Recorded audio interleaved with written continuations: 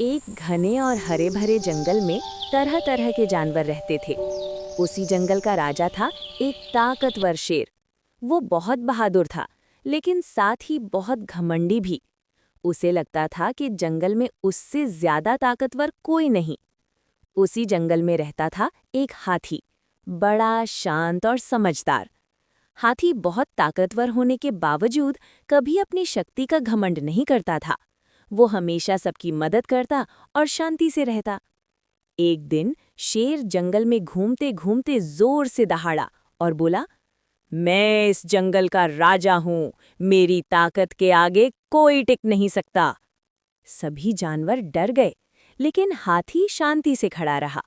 शेर ने हाथी को देखा और हंसते हुए बोला, अरे हाथी, तुम इतने बड़े होकर भी इतने शांत क्यों रहते हो?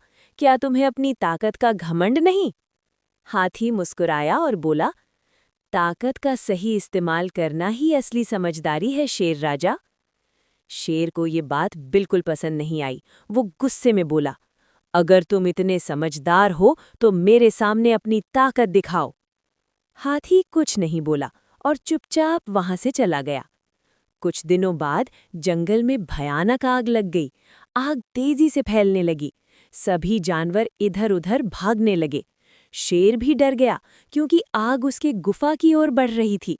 शेर ने मदद के लिए जोर-जोर से आवाज लगाई, कोई है क्या? मुझे बचाओ! तभी हाथी वहां पहुंचा। उसने अपनी सूंड से नदी का पानी उठाया और आग पर डालने लगा। धीरे-धीरे आग बुझने लगी।